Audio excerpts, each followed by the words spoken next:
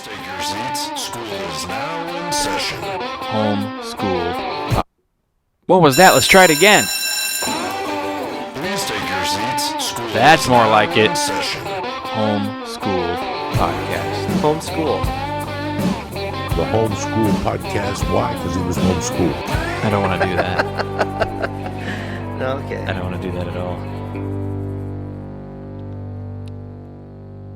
Yeah, and welcome back to the Homeschool Podcast. Welcome back. I hope that you guys had a fantastic Memorial Day weekend and you really enjoyed it. Listen, I know it's a lot of you are not working. Every day seems like one long weekend, but you guys, come on, enjoy it. All right? It's Memorial Day weekend. For God's sakes, be thankful you're American for once in your life. Yeah, I hope you guys had a wonderful, wonderful Memorial Day weekend. Look at you. You're out there almost acting normal again, you rebels. Standing 5.5 feet apart from each other. Look at you rebels out there.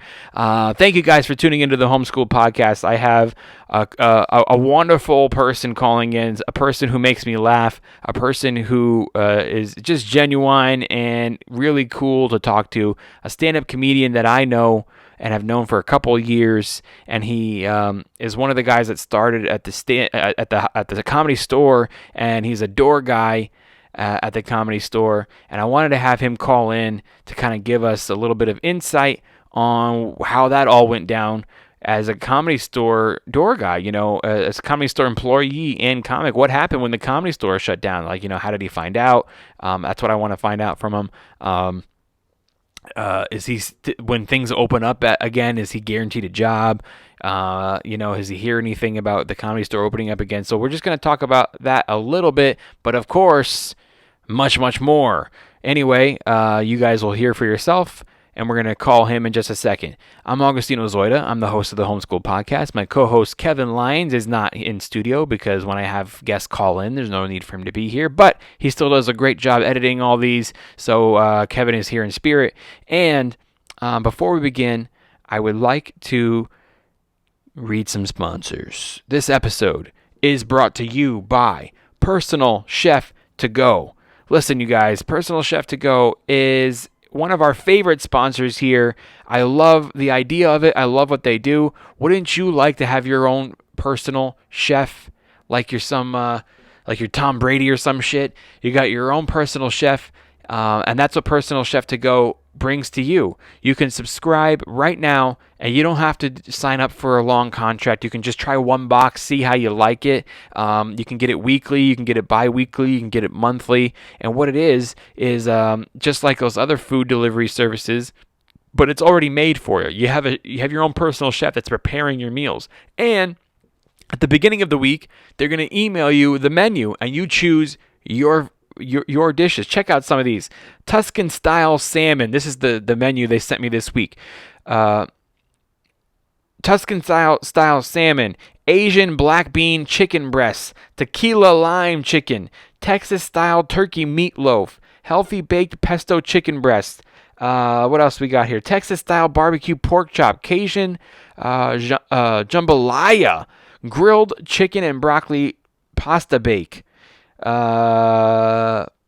Pico's shrimp with tomatillo jalapeno vinaigrette. You guys, this stuff is amazing. Mushroom and spinach stuffed shells, citrus salmon, just to name a few, and it goes on from there. If you are a vegetarian, a plant-based diet, they got options for you. If you're a pescatarian like me, they got seafood options. Or if you eat whatever, but you're just trying to be healthier, they got everything from chicken to steak meat, whatever you do. But the point is that you have your own personal chef that prepares the meals for you, and they ship it out to you. So now this is perfect for somebody who doesn't have the time to cook, doesn't know how to cook healthy and delicious, and doesn't know how to work, how much should I be eating. And this is perfect because they're going to worry about portion control for you because each meal is individually packaged already. It ships right to your door. Check it out. Click the link in the description. Just try out one box. You're doing yourself a giant favor, and you're helping out the Homeschool Podcast at the same time. And while we're on the subject, the best way to support the Homeschool Podcast is to buy a t-shirt. Go to homeschooledpod.com, click on merch, and you will browse through all of the merch that we have. There's a couple of things on there. We have one design that's called the Ex-Presidents. That logo is going to be taken down when we hit episode 300. It is a special edition for the 200s only, and then a new logo will come out for the 300s. So right now, while you still can, make sure you get the Ex-Presidents design of the Homeschool Podcast on a t-shirt, a mug, a pillow, a cell phone case, a sticker, whatever you want, you guys. A sticker is as little as $5, and that's all it takes to just help us out a little tiny bit and support us, okay? I mean, there's hoodies, yoga pants, tank tops, beach towels. Check it out, you guys. There's a duffel bag, a gym bag. We really, really appreciate the support, and more than anything, we love to see that you guys rocking our gear, and I love to be tagged on Instagram and Twitter and stuff that you guys are wearing it. Also, there's another logo on there, which is the cover of my comedy album. It's called The Bad Guy. It'll be out soon. I'll keep you posted on that. But the cover of my album is awesome, and you can get it on a mug or a sticker, and it's available right now at homeschoolpod.com. And while you're there, you can click on tour, and you'll get tickets to see me perform live. I am coming to Phoenix, Arizona on June 18th through June 19th. That's a Thursday through Sunday shows. It's Father's Day weekend. Arizona's opening up, not to full capacity. They're selling 75 tickets, so get them while they're hot. And you can use some stand-up comedy and get out of the house. So go ahead on over if you're in Phoenix and get tickets at homeschoolpod.com. All right, you guys, let's give my guest, Hormoz Rashidi, a call.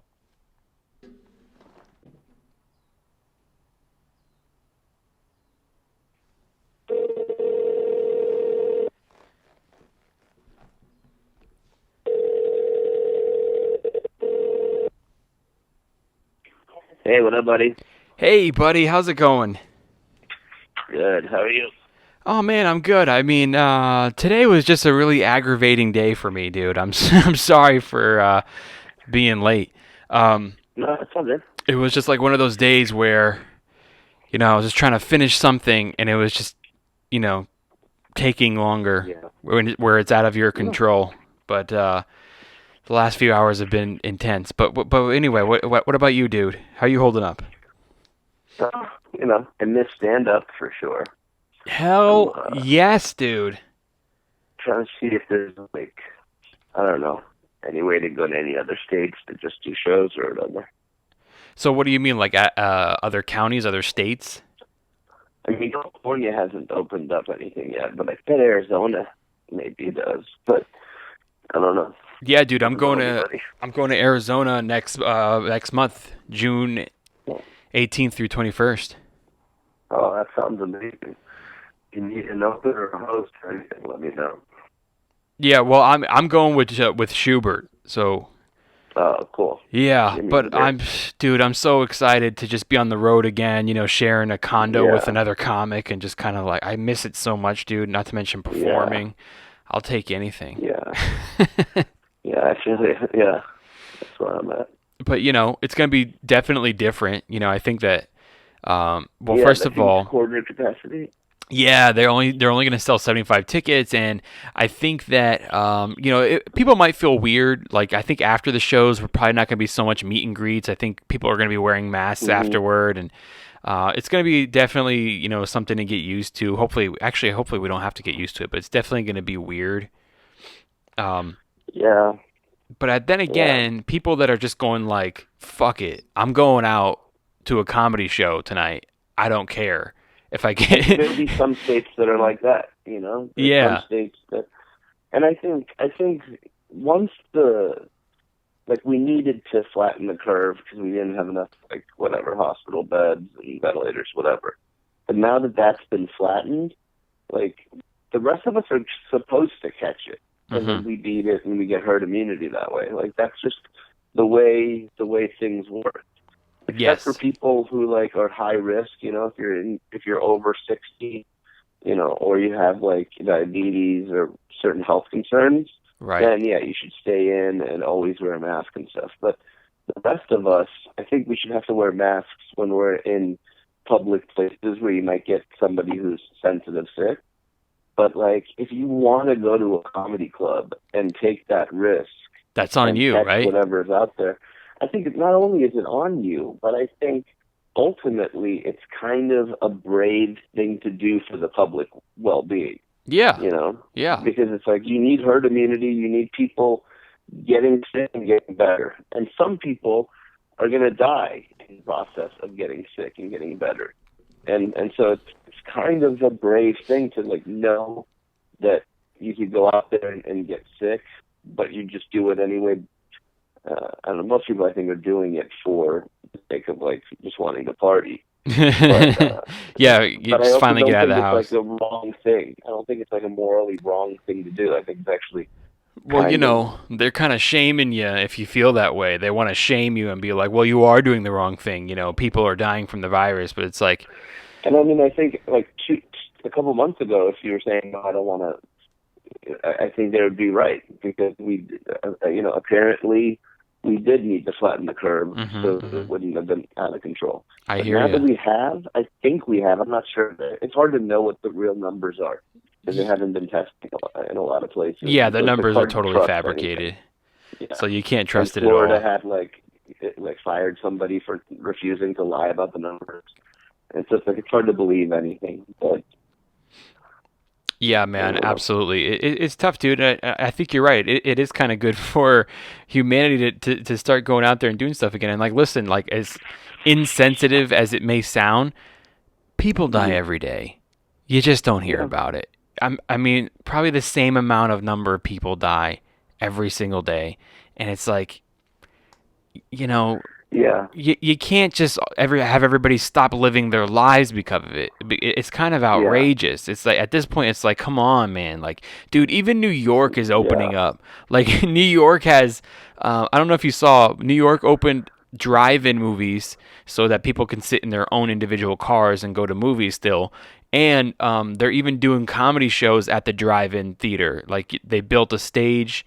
That's cool. Yeah, and you can stand in there perform, and people can sit in their cars and watch you. It's and out here, apparently they were trying to push for that too, that people can at least go to drive-in movie theaters with their family.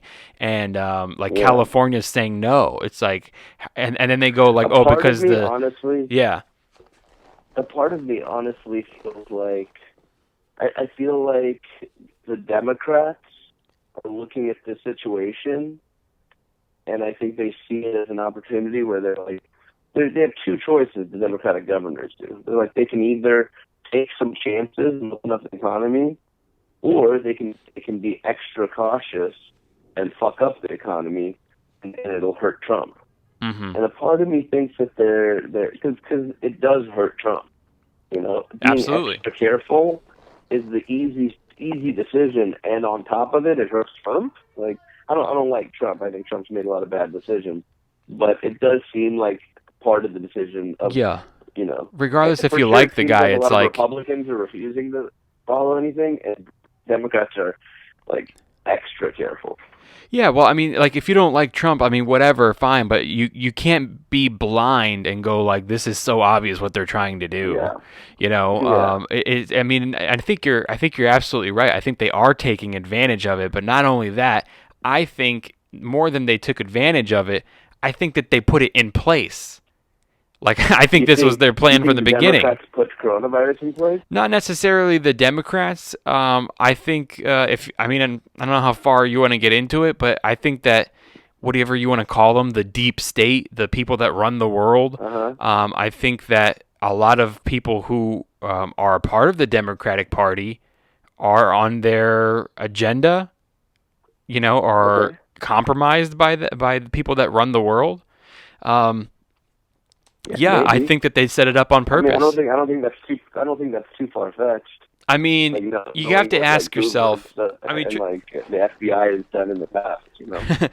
Every single episode I've done, even though I want to talk to somebody about a specific thing, which I'll talk to you about a specific thing in a second, but every episode I've done in the last couple of weeks, it always is kind of about this, because I have really hard opinions on it, and I've actually done conspiracy theories about Corona. Is that what it turns into? If you want to call them conspiracy theories, but it's not really. It's public. They are, because we don't have evidence of them yet. But it's public, dude. There is evidence though. There's so much public. It's available to the public. It's just not going to be on the news, but if it's available to you, if you go look for it. What's the evidence? What are you talking about? Okay, I think it's pretty evident just based on weird coincidences. Like there happens to be a virus lab in Wuhan, China, right, close to that market. So instead of evidence, like, you can call it clues. Suspicious. You know, you can call them clues if you don't want to call it evidence, but it's like there's so much that all points to the same thing. It's like, come on. Give me some examples of what you're talking about. Okay, so there is a United States patent. Okay, you can Google this. Google United States patents, and the patent number that I'm talking about, patent number WO 2020 060606. That's a United States patent. If you look it up, it'll tell you exactly what it is. And what it is. This patent does not exist. No, it doesn't say that. Look up another patent. No, it doesn't say that. Enter the number below. It doesn't say that. I didn't. You're hilarious. But dude, what it is so this is not a conspiracy theory. This is an actual real existing patent. Patent for? It is for a microchip that they want to put inside human bodies that will basically it's going to run on cryptocurrency. They want to basically take away United States like dollar, you know, and they want to make everything be like digital money. That's what they want to put all of our currency behind. And then the microchip inside of us are all going to have your credit score, your bank account, your medical records. If you currently have a flu right now, who paid for the patent? So here I'm going to tell you right now. Again, this is public records. You can go look up that patent number. Do you want to take a guess who owns it? Trump? Obama? No. Microsoft. Oh, that makes sense. So it's Bill Gates that owns it. That makes sense, though. Like, why wouldn't he want? I mean, eventually people are going to have embedded computer chips and stuff. It's just a matter of time. So when you want to talk about like what I mean by deep state and like who's in their pockets and stuff like that, it's like, man, I mean, a lot of these deep state people are led to believe that they're really evil people. They even you can go as far as they practice satanic rituals and shit like that. I mean, the patent number is literally WO, which I came up with on my own. I'm assuming it stands for World Order. So the next set of numbers are 2020. They obviously planned on releasing it in 2020, and the next set of numbers are 666. And I mean, Bill Gates has been kind of known for trying to microchip people, and that patent was called 666. So this is like the new version of it with cryptocurrency. Now let's look at another thing. There's another United States patent. It's called the coronavirus. Okay, the coronavirus. You can look up who owns patented? that. Yes, it is patented. Do you want to know who owns that? What? Do you want to know who owns it? Who? Fauci. Also Bill Gates. Bill Gates owns the coronavirus? What does that mean? He owns the coronavirus. Well, do you want to know why? There's a bunch of different kinds of coronaviruses that are. Well, the reason that somebody would own a coronavirus or own a virus is because when they find a cure, you are automatically entitled to a percentage of the profit for the cure. So that's why somebody would buy a virus. So he owns, but he didn't buy it like now when he found out, oh my God, I'm gonna make tons of money because everyone's getting sick off coronavirus. He bought it in 2006. So this is like a huge, and coronavirus has been around forever. It's like it's a virus that's on the back of Lysol bottles. It says, you know, that's one of the germs it lists that it kills. So. Right. I mean, the guy who has the virus also owns his solution, and there's also videos of him from like the 90s talking about his plan of microchipping people, and he's saying there's a virus coming eventually in the future. Like, man, he's a creepy dude, and I think there's just so many more people involved, and I think that you're right, and you're saying like it's so obvious that they're taking advantage of the situation to like hurt Trump, but I think that it was planned so that they can do it. And I also think that why do they want him out so bad? I mean, politicians have been fighting with each other for years, but they've never wanted someone out of office so bad, dude. They tried to impeach him. They've tried everything. I don't know. They wanted Clinton out really hard. They wanted Obama out really bad too. I don't know, dude. They didn't. I think Trump. There's reasons for why they would want Trump out. I mean, his like. I think he's got dirt on them, decisions dude. I think he's got dirt on them. maybe too, or there's real fear that Russia's got dirt on Trump, and Trump's not serving America's interests as much. Hey, man. I think there's a possibility of it going. I think it goes both ways. My real question though is, how come we're not letting Eddie Bravo or Sam Tripoli talk at all? Why do you think they're here?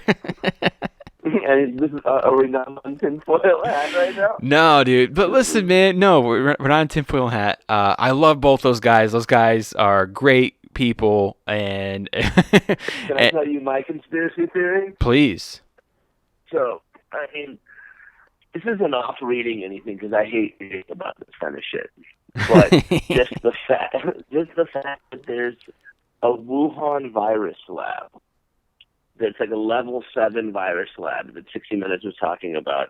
That was taking the coronaviruses from bats and mutating them over and over again, just breeding them and until they would hope they're trying to find a version that would infect humans.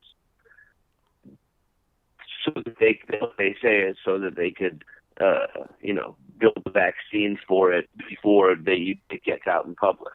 They're trying to beat nature, is what they're saying. It's going to mutate to this form at some point. We're trying to beat it so we can make a vaccine for it before it. That's the idea. But also, it could be used as a weapon, or it could be, and this is my conspiracy theory, accidentally released from that lab because people are idiots sometimes. Yeah. And I bet China's got idiots just like we've got idiots.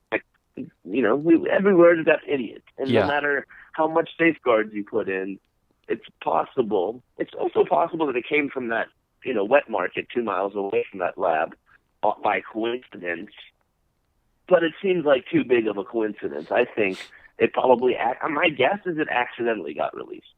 But, I mean, I could also see China being like, I don't know. It's taking a lot of risk destroying the world's economy. But I could see some people, including some of my Canadian friends, arguing that this was like China and the deep state and the Democrats, so you trying heard to it. tank the economy so that Trump. I mean, it's not only for Trump. I mean, and you bring up a good point. Like I think it's too risky. You're saying it's like too risky for them to like crash the economy because they have to live in it too. It hurts their money. But actually, that's a good theory. But that's also a part of their plan. They actually really, really badly want to crash the economy so that they can rebuild with cryptocurrency, because that is also a part of their agenda. They don't want. Who wants to beat cryptocurrency? China? I don't know about that. I mean, probably, but the deep state, if you will, they want to make our. Who are the deep state people? Like the people who work in the FBI? No, I mean, I'm sure they're all connected. Deep state, it's just a reference of someone who's really, really high up that kind of controls all of this, and it can go as deep as, it's just kind of a term. Who's deeper than Trump right now? People that own the entire world, people that run the world. Like Bill Gates? People who pay. But see, it goes even deeper than that. They're saying that Bill Gates is probably also run by someone else. Like he's on the payroll of someone else too. I think it goes deeper than we think. I think like people that run the world is kind of what it's referring to. But I mean, the Democrats do want to have a digital currency as opposed to where Trump is trying to have a gold-backed currency like we used to have. So that would be crazy. Gold, I mean, like if wealth was limited to how much gold existed, people would be way poorer. Well, I don't think it necessarily means like you're gonna have gold in your pocket. Like, all right, give me a beer, and you flick it on the bar. It's a gold coin. It's a more stable currency. Having it backed by something is more stable. Yeah. And there are benefits of that. Right.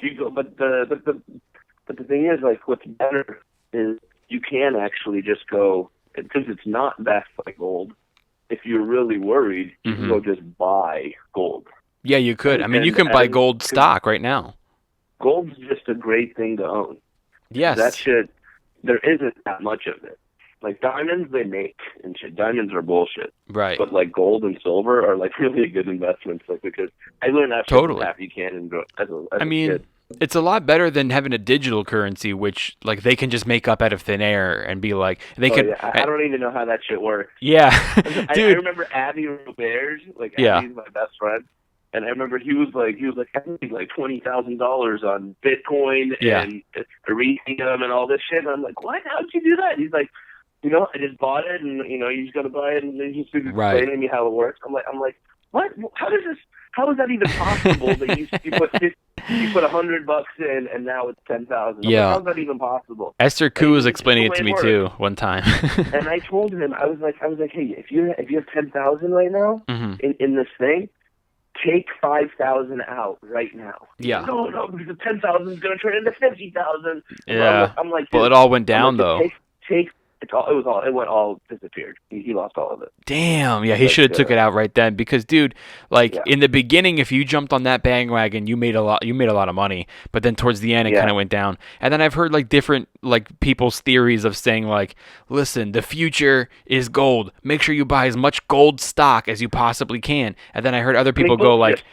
And then other people went like, buy as much Bitcoin as you can. But then it's really... Bitcoin seems like the future, though. That's what they're saying is just like... So both parties are saying like one or the other could be the biggest thing. And I think it really depends on this election, to be honest with you. The good thing about Bitcoin, apparently, because all I know about it is what John Oliver did on his segment about it. But it's like, there's a trace of it, of all the transactions that it's gone through and stuff, and it's like nobody charges you for the ownership of it. It's not like you have to pay a bank or the bank pays your fees. Right. It's all. The real problem is though somebody can like hack into your computer if you have it saved on your computer and download them off your computer, and somebody can steal it on a card. Like it is still like very, very risky. It does seem like the future because somehow they said it's like safer for transmissions or something without somebody else seeing it. Well, it's safer for not carrying germs like money does, but which is another big agenda of the virus. I could transfer as much money as I want to you via Venmo. Correct. Yeah. And that's not Bitcoin. Right. That's still cash. But the cash came. But at one point, though, it eventually is cash somewhere. You know what I mean? Like somebody deposited it in from your work. But but before that, somebody paid cash. You know what I'm saying? It's all backed by cash. Like somewhere it came from cash. It's easy to imagine an ecosystem of businesses that never use cash, though. Yeah. Everybody gets their money, puts it in the bank as a check or direct deposit. So it's more about like what's backed. Their Apple Pay. What's it backed by? It's more about the bank, really, and the Federal Reserve System being what's deemed as valuable is like believing in the Federal Reserve System versus believing in some online currency. Yeah, man, the online currency scares the shit out of me, dude. Sense. It's just scary. Yeah. I mean, there's so much that can go wrong with it. Well, what they're saying is like in the future they're going to be able to, based on bad behavior, they're going to be able to dock like bitcoins from you. So if that's our currency, they're going to be taking like your money. Who says this stuff? Where are you hearing it? Dude, read these patents. Read these patents. That's what they're pushing. Like that's what they're going for. Don't say that the future of our laws are going to be what somebody is applying for a patent for. Well, if the patent gets passed, like if somebody actually passes the law, like that could happen. If somebody gets a patent that says that the people have to do this, that's not how patents work. Like government, like Congress has to pass. It would have to give vote. Yeah, exactly. It would have to, which is part of the reason, kind of maybe why they want him taken out. I don't know. I mean, also, like, think about every website that you go to. Every time you go on a website, they want to know your location. They want to, every app you download, there's like, you have to agree to the terms. But if you actually read the terms, it's all like they're constantly like recommending campsites. Dude, they're going to have access to like everything in your phone or your laptop, and they're going to be able to know what you buy. So like an ultimate goal is to know what you buy. We already know. Like, remember the NSA stuff, all the Snowden shit? Like, we know they're listening in on our phones and shit already. Like, But if you know, they're watching us sometimes too. But if you know, we're like, and your name too. You've got too many weird letters too. Me too. You know, we got Z's and extra vowels. If you've got a Z and a bunch of vowels, they're like, watch out for these two. Bro. They're like Augustino Zoida. Sounds like Al Qaeda. Yeah. The fact that you and I are talking right now, there's a red flag on this conversation. But man, what I wanted to talk to you about is like, you know, you were still working at the Comedy Store. You're a door guy up until this happened, right? Mm-hmm. Tell me about that transition, dude. What happened? Did you get a call one day and was just like, "Hey, the club's closed. Don't come to work"? No, I mean, we had a meet, like one of the last days we were working, all the management was like, hey, you guys should wear gloves and masks while you cleaned up the tables and blah, blah, blah. And then the next day, I didn't work for a couple of days after that. And then I remember, you know, everybody was talking like, hey, they got to shut this shit down, right? Like, yeah. They're saying that, and then the store was going to stay open with the OR and only because initially it was like a restriction of 100 or less or something like that. And then as soon as the restriction changed to they shut down all restaurants and stuff, the store closed down. Man, so like what's going on while they're do you hear from them like once a week or anything? Are they sending out to their employees like weekly, I don't know, updates? Yeah, like everybody's getting like a portion of the money they would get hourly, you know, which is cool, which is super dope. Wait, so you're still you're getting paid, but not your normal hourly? No, it's not half what we would get hourly. It's a voluntary wage. Yeah, just a little I something. appreciate it. It's like everything helps. And I mean, I'm not surprised. Unemployment's been great. Okay, so you're on unemployment too. Yeah, the Comedy Store has always been like it seems to me like super supportive of their people and taking care of comics, like always putting comedians first. Like some comedy clubs, I feel like they put the club first, but I always feel like the Comedy Store puts the comedians first. Yeah, honestly, you were telling me about how the Laugh Factory and the Hollywood Improv don't put the people first, and how you hate them and don't ever want to work their shows. That's right. So is there some comedy clubs that you kind of just I don't want to say wish, but if they didn't open ever again after this, would you kind of not even give a shit? No. I want as many comedy clubs open as possible. Yeah. I think even the ones I'm not in it, I hope to one day either be in it or you know. Yeah. No, you're right. And also you're a sweet guy. And you're right. You're not wrong. Like just comedians just kind of, you know, like we need a place to work. You know what I mean? Like I want right now with no stages, we need as many stages as we can get. I wouldn't mind if like some of the like bookers and who like me more. Yeah. That'd be dope. Yeah. The ones who are a dick to you, like hopefully they just moved. They couldn't take it anymore. Rent was too high out here. So, any word on can the? Can I ask you a question? Please. Ever since people heard I'm coming on your podcast, everybody was asking. Okay. Because you know the rumors of what's happened the last couple of days. Are you going to be moving the podcast to Spotify? My podcast is already been on Spotify, and I would like to know where my money is. You're saying Joe Rogan is stealing your. You're saying Joe Rogan's following you. Wow. Yeah. You heard it here. Yeah, he's just following in my footsteps. Joe Rogan, bring it. I want to fight you. I was actually wondering that same thing. For those of you that don't know what we're talking about, if you didn't read in the news, Joe Rogan signed a contract. Am I wrong, or did I read $100 million? I heard 100 once, and then I heard 110 another time, and then I heard 190 another time. I mean, at that point, crazy. At 100 million, I'm like, 100 million. It doesn't matter. 101 million, it doesn't matter. It's so crazy, dude. But my question was he already on Spotify this whole time? Was he not on Spotify?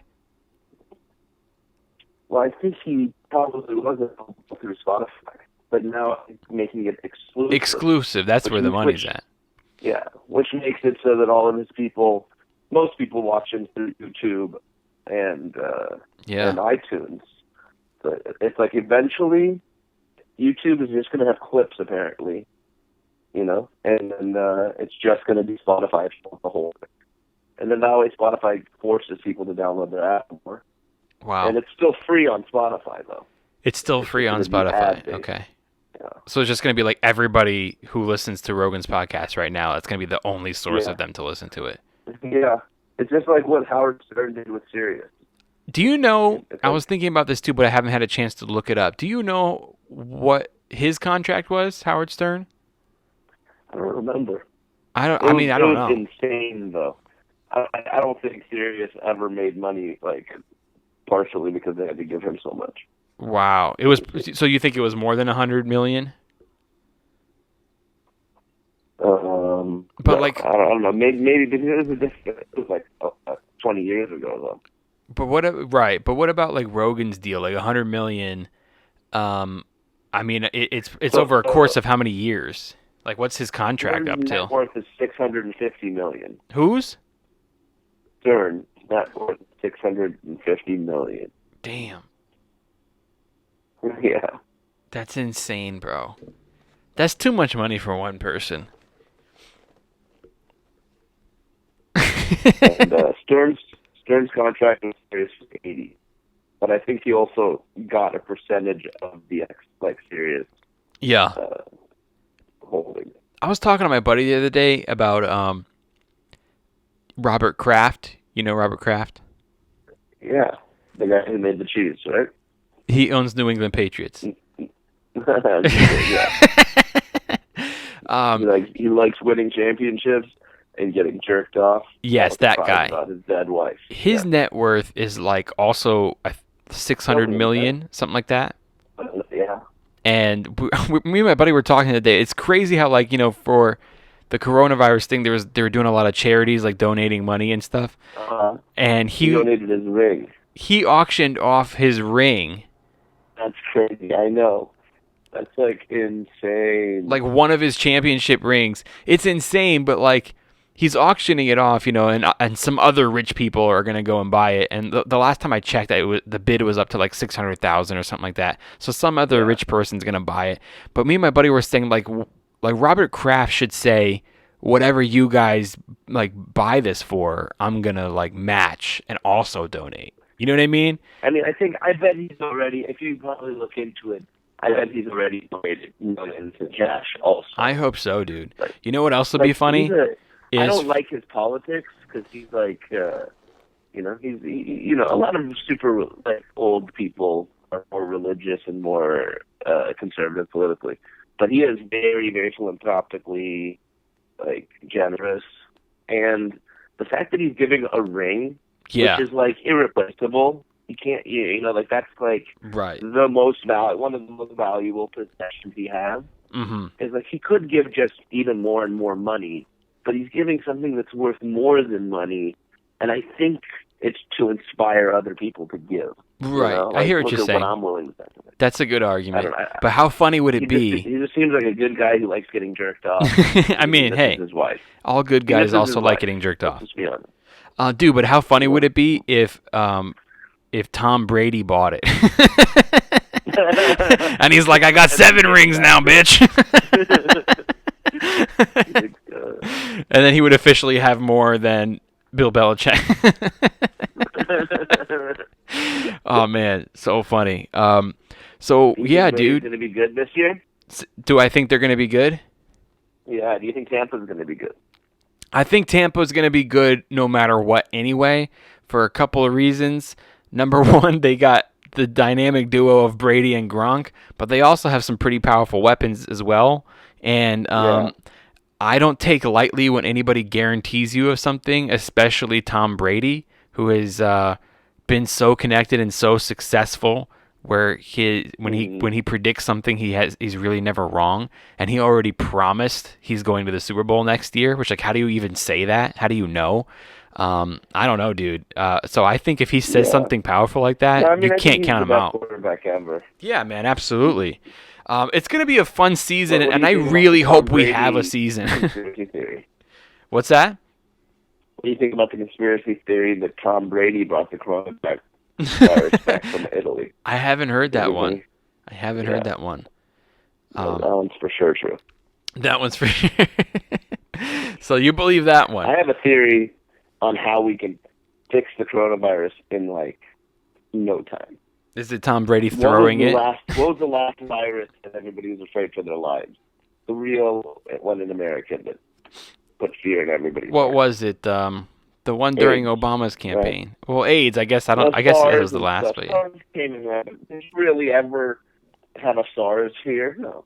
People changed the way they lived because of AIDS. Correct. Until one of the greatest basketball players of all time, Magic Johnson, caught it, beat it, and now we're fucking raw. As I speak right now, Augustino's fucking a gay guy in the ass during the podcast, because that's just what you do to get into the podcast. That's how we don't give a fuck about AIDS right now. So what's the solution? Is that we just fuck raw we give coronavirus to Magic Johnson? Jordan. Oh, to Michael Jordan. No, Magic's done his part. Done his part.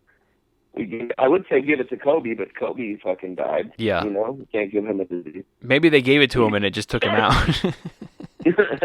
No, they tested it. This is the conspiracy. They tested Kobe's immune system on helicopter crashes. It wasn't strong enough. Gotcha. Yeah. It wasn't. But I think we give Michael Jordan coronavirus. Man, what's he going to do with it? Beat it? He's going to beat it. He's going to smoke a cigar, have a drink, and score 63 points on it. And then he's going to hand it back and we're going to have Phil Jackson coach him through it. Wow. And then he's going to fucking hand back the fucking vaccine. You just inject some of Michael Jordan's semen into your veins, and you beat the coronavirus. I mean, that sounds like a vaccine I can get behind. Dude. And then he's going to release sneakers that are called the MJ Vids. Yeah. The MJ Rona. The MJ Ronas. Oh, man. The Jumpman Rona. Man, I'm glad you're making me laugh, dude. How bad do you want to get on stage right now, bro?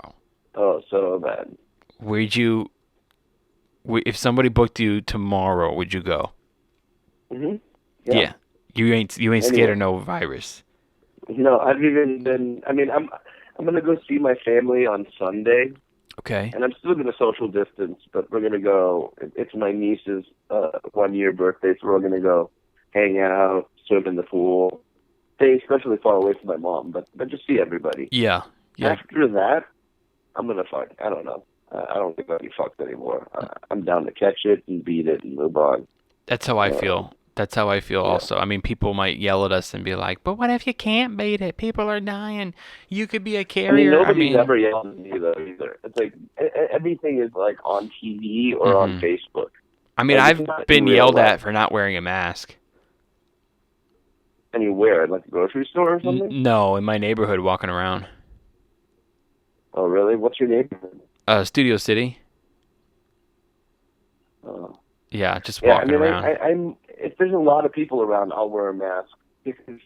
Yeah, if you're going to plan on being near a group of people, I can understand, yes, wearing a mask. But I'll go for hikes, and I'll put my mask off the whole time until I see people about to, like, pass me, and then I'll slide my mask on. Yeah, and I think that, like, you got to wear it, so I just bring it in case they make me wear it, and then I put it on, and then when I'm up there, I just take it off. If you're going to be within 6 feet of anybody. Yeah.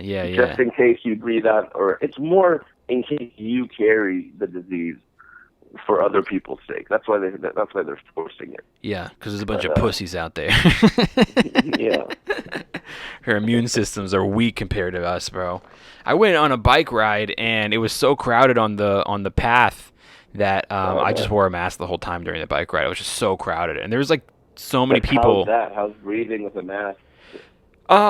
It's not bad. I mean, I have a mask that is specifically for mountain biking. So really? I did go do a trail, and I mean, it's only the mouth part. You can attach it to like the helmet part, but I was only wearing the mouth part, which I kind of like wearing anyway when I do mountain biking. So if you fall, you're not gonna like break a tooth.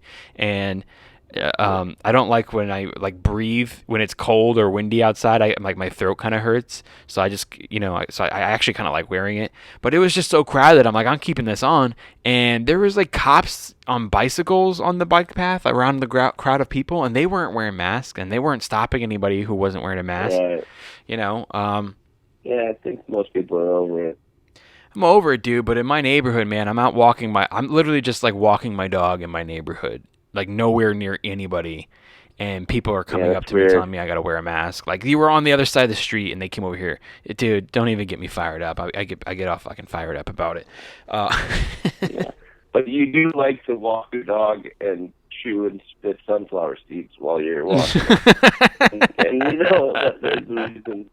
Yeah, but if my dog shits, I pick it up because I'm a good neighbor. Dude, you got it.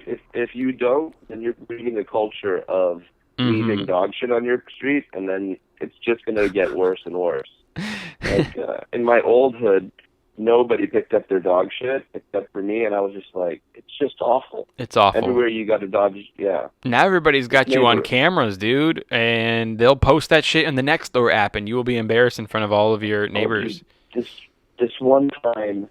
This one dude in my old neighborhood, he had this little dog, and his dog shat right in front of my gate that I walk in and out of every day. Yeah. Right in front of it. This guy was just on the phone the whole time, ignoring what his dog was doing. And then when his dog was done, he just starts walking away. And I ran up to him. I was like, "Hey, what the fuck are you doing?" He goes, "Huh?" And I'm like, "Dude, your dog just took a huge shit right in front of my fucking door, and you're just walking away from it."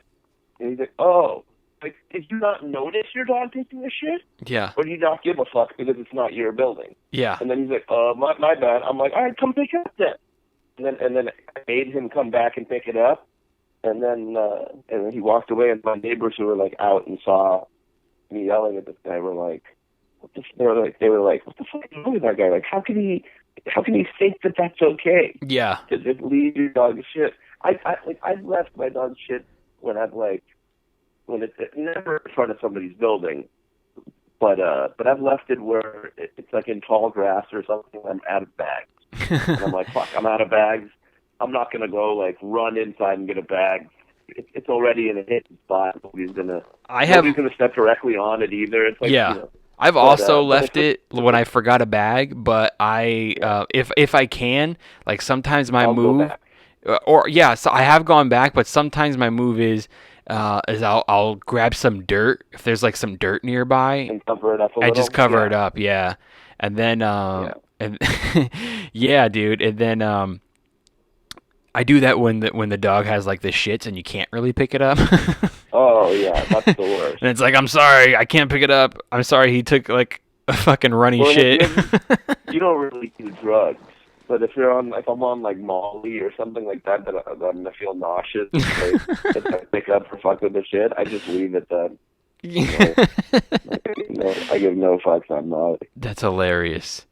So man, what do you hear? Do you hear any like opening date for the Comedy Store, or you got a guaranteed job when they open up? I talked to a couple.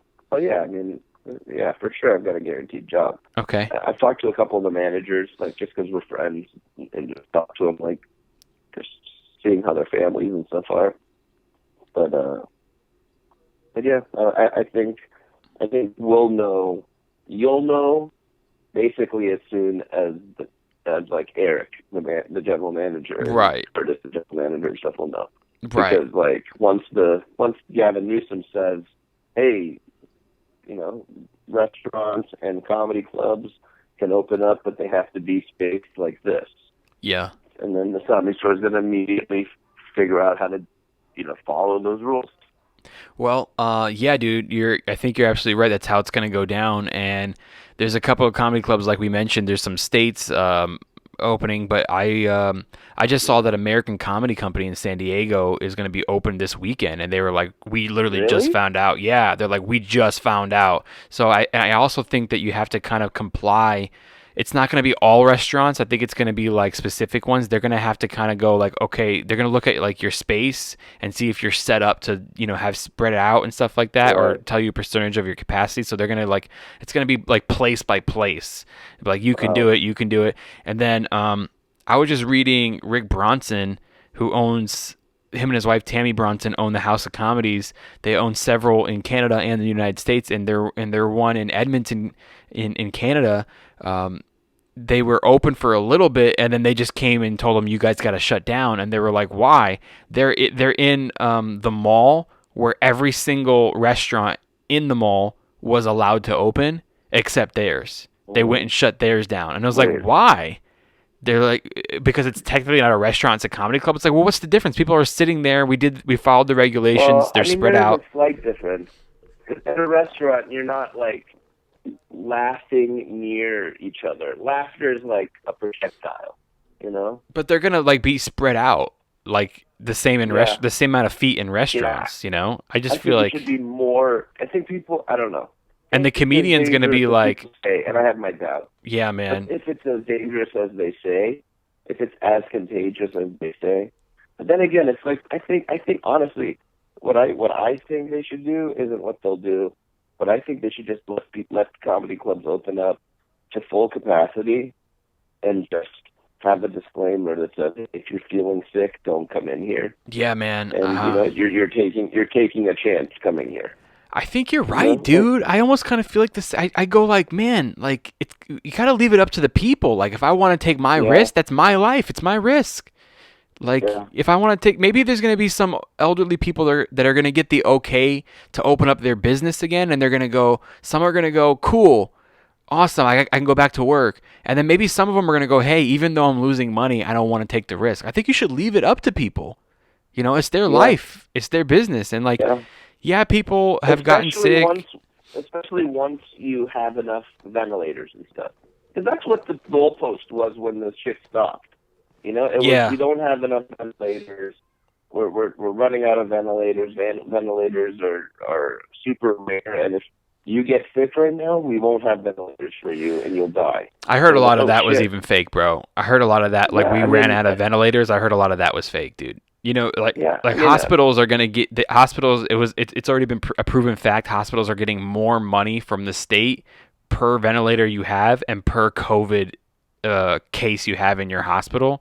So that's part of the reason they were just fudging the numbers. The hospitals get more money, dude. I mean, that makes sense. I don't know. Like, there's going to be inflation from all this money printing, too. Yeah. You know, dude, the virus is scary. Nobody knew what it was or still doesn't know what it is. And we're all still kind of up in the air about it. But facts are... it has a 90. Everybody focuses on the negative. Let's focus on the positive. It has a 99% survival rate. Like, it's you know what I mean. And on the other hand, definitely is that everybody who catches it or yeah. I think like old people have like a pretty high death percentage. Yeah, like 3 or 4 times the flu, which is I think like 0.8%. Mm-hmm. But you know, no, but that's for young people. For us, it's like almost nothing. That's the survival rate, dude. Is 99%, and I feel like. And that's the thing. It's like it seems fucked up to ask people to stay inside the house forever. Mm-hmm. What the responsible thing is, if you're sick and old, stay inside the house. The rest of us go out and fucking share joints with your friends and get sick. I mean, there's young people that have weak immune systems too, dude. I guess. That's true. You know, people should stay inside the house too. Yeah, dude. Like, there's young people that are not from the generation that you and I are. There's young people that grew up indoors playing video games. Where you're from Iran, dude. You're from Iran, aren't you? Weren't you born in Iran? Yeah, I mean, I was born there, but I've been in America since I was 2. Yeah, but dude, you got a strong ass fucking immune system, okay? Yeah. At 2 years old, I do. You came here. You probably had all kinds of shots and stuff to get over here. Yeah, and just in general, Iran being, super close to Mesopotamia, where they first domesticated animals and stuff. Like, we have, the older your culture is, like, as far as like domesticating animals and stuff, the better your immune system with diseases. Right. That's sure you got a strong immune system, dude. Can't fight shit. Man, it's pretty good. We're gonna be okay. I guess the argument is like, well, you might be a carrier, like you could have it right now, and not know it, not have any symptoms, but you can go next to somebody and give it to them, and they could not be as strong as you, and they could take them out. I guess that's the argument. And that's why I do wear a mask when I'm like, even in my building, going just to check the mail and stuff. Right. Like, because I got a bunch of old, Armenian people who live in my building, and I gotta make sure they're alive. But my landlord said nobody's gotten sick and nobody's died in my building. Yeah, man. Which also seems like with like sickness everywhere, and apparently the numbers are really terrible. I would think that I would know, or or hear of like somebody. One person that who has it. Yeah. Yeah. I know some people that think that they had it already, like in November. You know how they said, like, as it turns out, it was probably here already last year and no one really knew about it? I know people that were like, dude, they were like, they had a flu. November? In November, I know a couple people that were like, we had a flu that was like the worst flu we ever had. It took us out for like 2 weeks. We were like vomiting, fevers, and then they went like, we just went over it, like all flus. It was a nasty one. That was it. Yeah, but they say this thing is so contagious that if that was around in November, wouldn't it have continued to spread and continue from there to be really? I think this corona probably did start in January in China, and then I think it spread to like Iran in February, and then I think it got to us late February. Yeah, but I don't know. Who knows? Who knows either, man? That it may have been around last December, maybe even earlier. Yeah, I don't think we've even seen the last of it either. Yeah, and I mean honestly, like I don't think we're gonna know where it came from or anything. 'Cause if it came from the Chinese government or whatever, China and America and everybody's gonna lie to us and say that it did. Right. Yeah. There's no way they're gonna fuck up world trade to tell the truth. Well, I know that I just can't wait to get back on stage, dude, and I know you feel the same. And I wanted to check in on you and get a perspective of someone who is. Me, bud. Yeah, man, you're a Comedy Store door guy, and I haven't really had anybody on since this whole thing happened from there to kind of talk about like how that transitioned. But either way, but thank you for calling in because you made me laugh anyway, and I just kind of miss Thanks for having me, bud. Dude, hanging with comics is like one of the things I miss the most. Just the comic hang and ball busting and teasing and joking around and. So I love talking and having comics call in and stuff. But dude, thanks so much for calling in, and I hope I'll see you on the outside pretty soon. Oh yeah, bud. All right, buddy. I'll let you know if I hear anything good. We'll get you on stage. Sounds good. All right, buddy. Bye, buddy. Later. Peace. That was Hormoz Rashidi, one of the sweetest people that I know in stand-up comedy, which is the field of assholes. I'm just kidding. I know tons of guys that are so great, and he's one of them. He's just always a sweet, genuine, caring guy who, if he can help you out, he helps you out. I've always enjoyed talking to him. He'll take the time out of his day to stop and talk to you, hanging at the Comedy Store. Just a really cool person. I like that guy a lot. Not to mention, extremely, extremely funny. I've had the pleasure of being able to work with him a couple times, including some shows that I had gotten, inviting him along and having him do sets and stuff. And he's just, he's such a good comic. It's just to show you the beast that come out of the Comedy Store. I mean, he was been a door guy for a few years and definitely one of the guys that, you just watch grow every Monday night, which is another thing I miss, hanging out there Monday nights for the potluck. I used to hate it and love it. I used to hate it like, I got to go down here and show face, even though you're not going to get up. And then one day out of the blue, you might get up. On the friends and family on Monday nights at the Comedy Store, and then I used to have to talk myself into doing it because you'd be out so late, and I'd be like, am I really gonna do it for nothing? But what about the chance I'm gonna go? I'll tell you what, guys, I'd give anything right now to be out there at the Comedy Store on a Monday night. I just want to perform. I just want to be around my friends and people that I love and do stand-up comedy and enjoy the great things about this craft that I have always enjoyed. All right, you guys, thank you so much for tuning in. I hope that you enjoyed this episode, and I got a couple other great ones in the books for this week and next week.